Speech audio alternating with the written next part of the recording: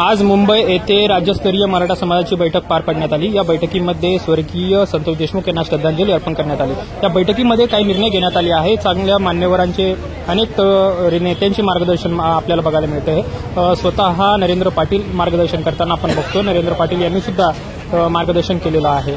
तर काय घडलंय, काय काय मार्गदर्शन केलंय आणि कशा पद्धतीने या बैठकीचे निर्णय झाले आपण बघतो।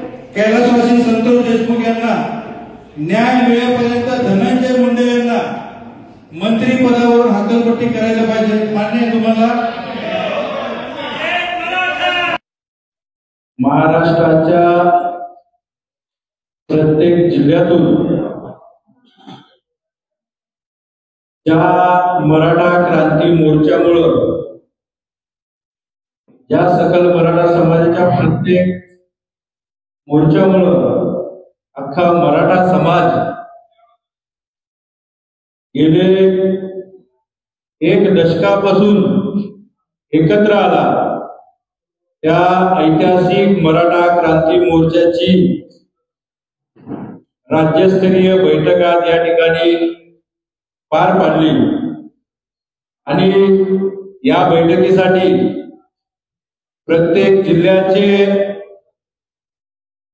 मराठा क्रांती मोर्चा ज्या ज्या लोकांनी सुरुवात केली असे सगळे प्रमुख लोक या मोर्चाच्या सुरुवातीपासून काम करणारी सगळीच मराठा समन्वयक या ठिकाणी उपस्थित होते। संतोष देशमुख यांच्या प्रकरणामध्ये या राज्यस्तरीय बैठकीमध्ये काही ठराव आम्ही सर्वसंमतीने या ठिकाणी पारित केलेले आहेत आणि आम्ही ते प्रसार माध्यमांच्या समोर आज ठेवत आहोत। त्यातला पहिला ठराव आहे, कैलासवासी संतोष देशमुख यांना न्याय मिळेपर्यंत धनंजय मुंडे यांना मंत्री पदावरून हकालपट्टी करण्यात यावी। हा पहिला मराठा क्रांती मोर्चाच्या राज्यस्तरीय बैठकीचा ठराव आहे। दुसरा ठराव आहे, वाल्मिक कराड याला 302च्या हत्येच्या गुन्ह्याच्या सहभागी करून त्याला फाशीची शिक्षा द्यावी। आणि सरळ सरळ दिसत आहे की धनंजय मुंडे या सगळ्या प्रकरणामध्ये त्यांचा जवळचा सहकारी आहे। त्याची चौकशी करून त्या अंती होणाऱ्या चौकशीमुळे धनंजय मुंडे यांनाही सहआरोपी करावं, हा दुसरा ठराव आहे। तिसरा ठराव आहे, या चौकशीच्या सर्व फेऱ्यामध्ये कर्तव्यात कसूर करणाऱ्या पोलीस अधिकाऱ्यांना सहआरोपी करावं। त्याचप्रमाणे चौथा ठराव आहे, 27 डिसेंबरला बीड जिल्ह्यात मराठा क्रांती मोर्चाच्या वतीने काढण्यात येणाऱ्या मोर्चाला महाराष्ट्र राज्याच्या मराठा क्रांती मोर्चामध्ये सर्व जिल्ह्यांनी सहभाग दाखवायचा आहे आणि मोठ्या ताकदीने त्या ठिकाणी आपण सगळ्यांनी उपस्थित राहायचं आहे। आणि उद्यापासून खऱ्या अर्थानं त्या ठिकाणी त्या 27च्या मोर्चाची तयारी प्रत्येक जिल्ह्यामधून करण्यात येणार आहे। सहावा ठराव आहे, संतोष देशमुख यांच्या कुटुंबियांना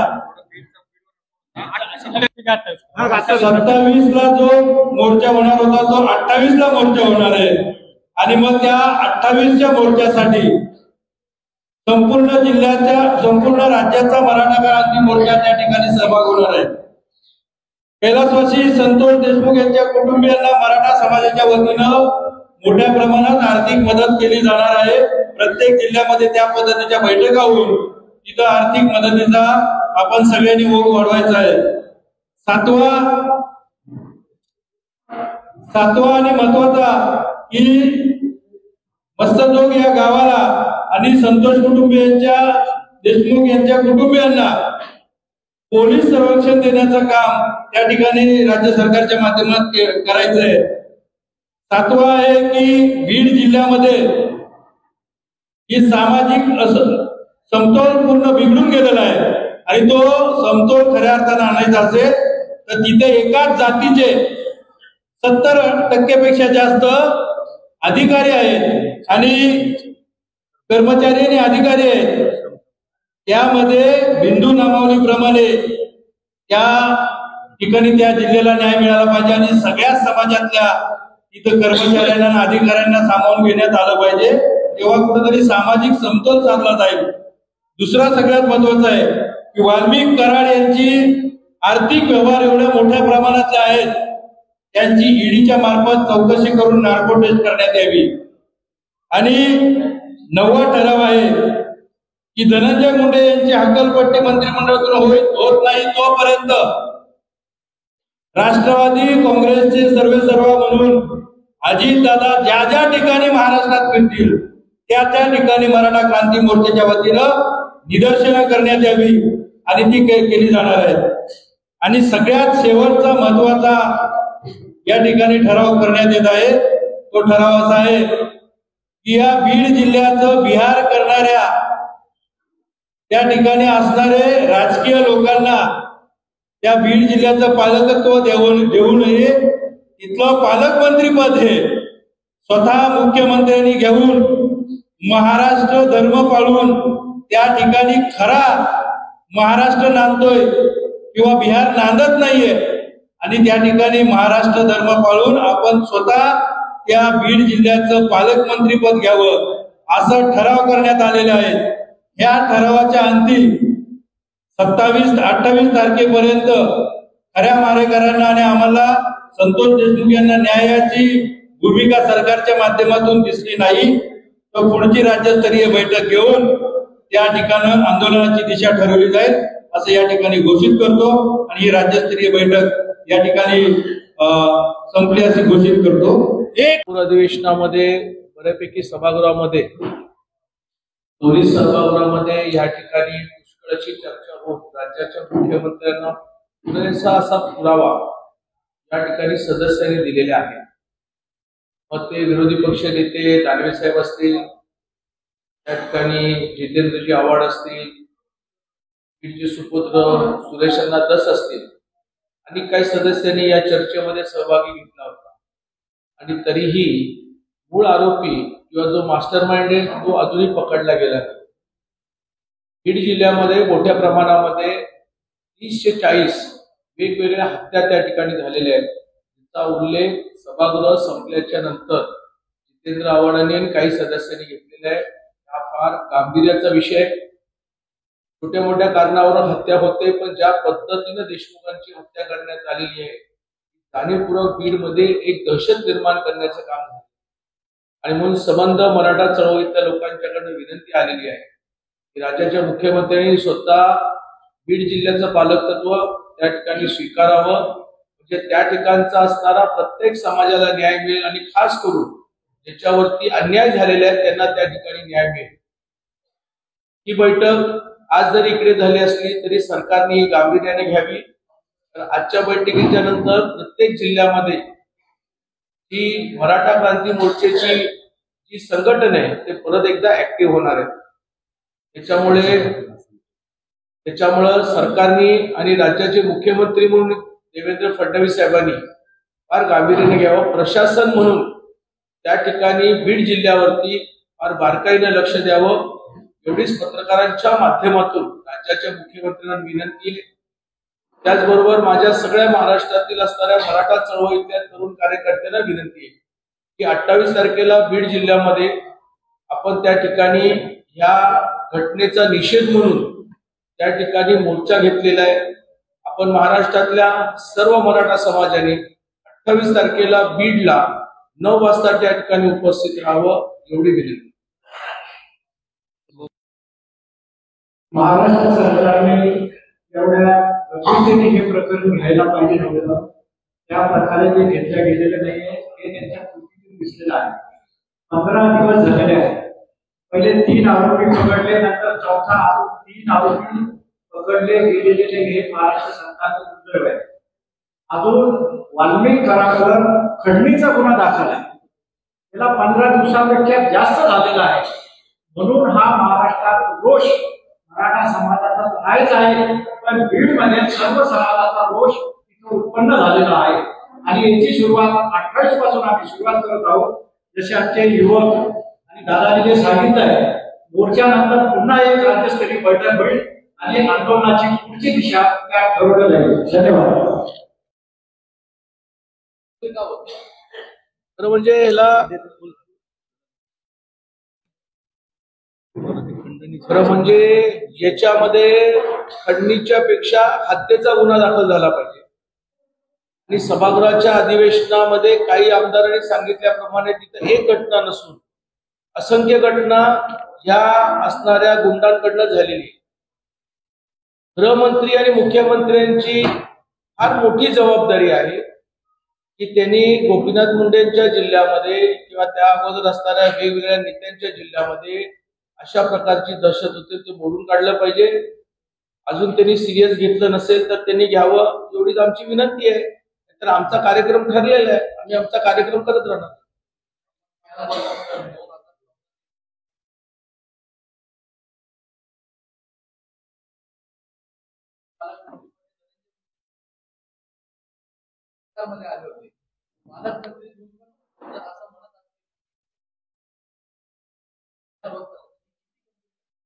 खरंच गंभीर घटना आहे. इकडच्या असणाऱ्या तरुणांच्या हातामध्ये शस्त्र आहेत, बंदुकी आहेत. एवढ्या लहान वयाच्या मुलांच्या हातामध्ये बंदुका शस्त्र घेऊन ते सोशल मीडियावरती त्या ठिकाणी दाखवतात. म्हणजे एका प्रकारे ते दहशत करतात.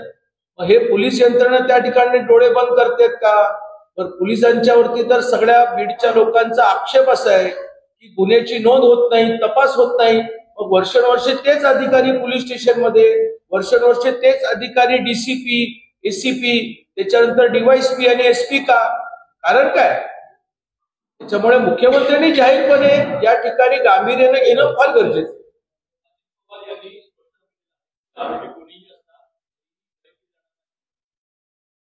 आम्हाला अजित पवारांनी काल केलेल्या वक्तव्याचं स्वागत करतो, पण आम्हाला कृती हवी आहे. तुम्ही व्यासपीठावरती भाषण कराल, तुमच्या सत्कार समारंभाला भाषण कराल, ह्याच्याशी आता मराठा समाज म्हणतात ना भूलथाप्याला बळी पडणार नाही. तुमच्याकडनं कृती करा, नाहीतर संबंधित मंत्र्यांना ताबडतोब राजीनामा घ्या आणि त्याला बाहेर ठेवा, तर तुम्ही दिलेले शब्द व्यवस्थित आहे असं आम्हाला वाटतं.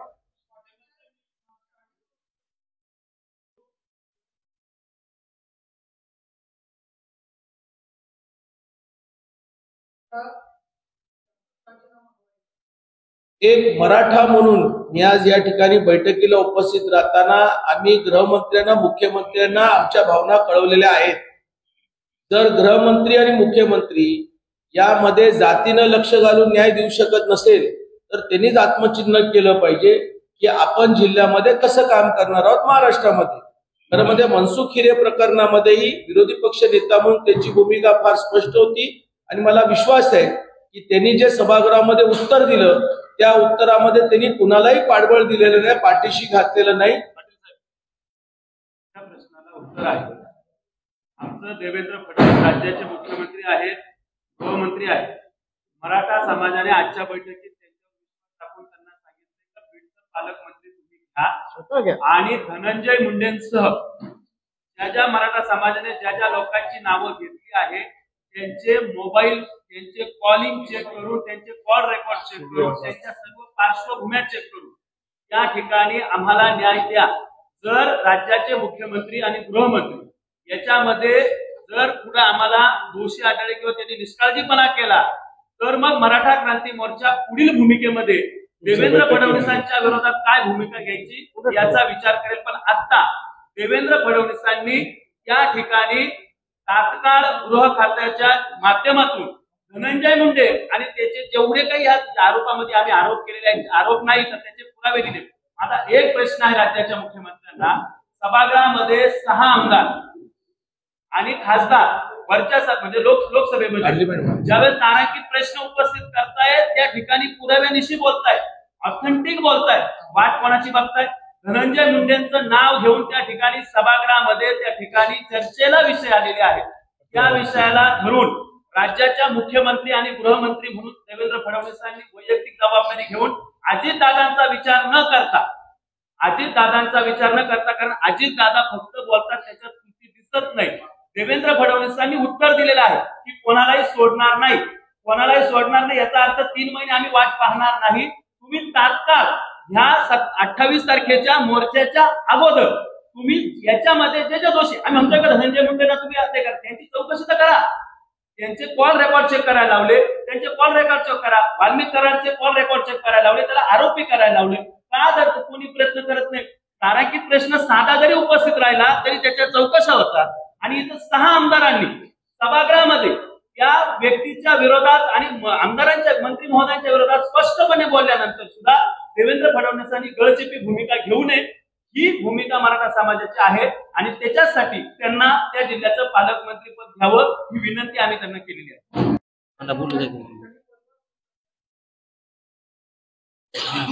ते आता सुरुवात केलेली आहे. आज पहिली बैठक आहे आणि आम्ही देण्यापेक्षा एसपींना खरी परिस्थिती माहिती आहे, त्याच्यामुळे त्यांनी चौकशी ताबडतोब करावी. ठीक आहे.